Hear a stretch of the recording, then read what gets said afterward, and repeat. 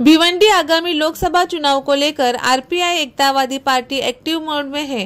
रविवार को आरपीआई एकतावादी राज्य कार्यकर्ताओं की बैठक पार्टी संस्थापक एवं राष्ट्रीय अध्यक्ष नाना साहेब इंदिसे की मौजूदगी में प्रदेश अध्यक्ष विकास निकम के मार्गदर्शन में नागांव गायत्री नगर परिसर में संपन्न हुई। इस बैठक में लोकसभा चुनाव को लेकर पार्टी की भूमिका तय की गई।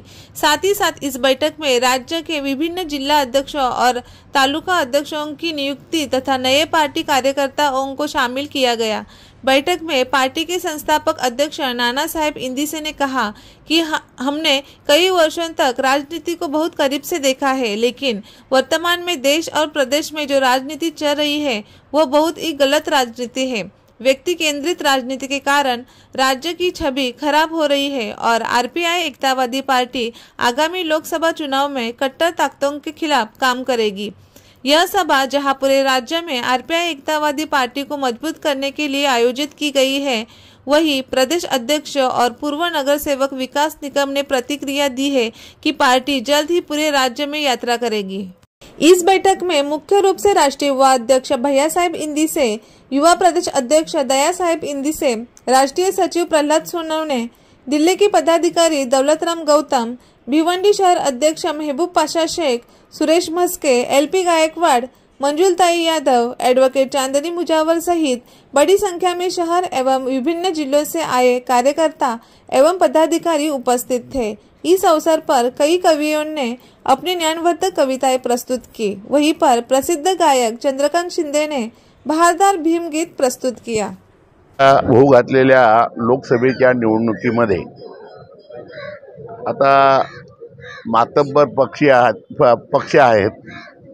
आमचा पक्ष लहान आहे, तरी सुद्धा देशातील दीन दलित गोरगरिबाचं उत्थानासाठी, धर्मांध शक्ती टाळण्यासाठी या देशातल्या आणि प्रामुख्याने महाराष्ट्रातल्या ज्या पुरोगामी लोकशाही आघाडीचे सदस्य असतील, उमेदवार असतील, अशांना आम्ही सहकार्य करू आणि प्रामुख्यानं भिवंडी लोकसभेचं अधिकार स्वतः सर्वस्वी विकासजी निकम यांना दिलेले आहे।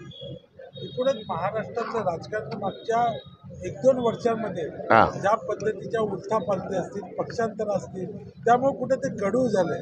नाही, गढूळ झालंय तर मी बोलण्यापेक्षा आपल्याला सर्व माहिती आहे कोणी गढूळ केलंय ते। नाव मी कशाला घ्यायला पाहिजे? गढूळ कोणी केलंय?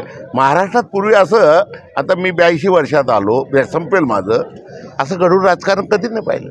असं एवढं घाणेरडं राजकारण आयुष्यात नाही पाहिलं आम्ही। आणि काही असेल, गोरगरिबाचं उत्थान आणि भारत देश आणि महाराष्ट्र याचा विचार करतात लोक।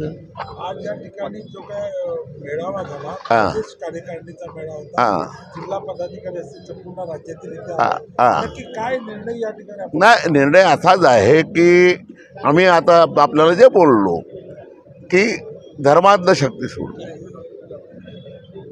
या लोकांना जे पुरोगामी या महाराष्ट्रात आणि स्थानिक स्तरावर प्रामुख्यानं प्रत्येक आमच्या पदाधिकाऱ्यांना स्वायत्ता दिली जाईल त्यांच्या पसंतीनं, परंतु धर्मांध शक्ती सोडून।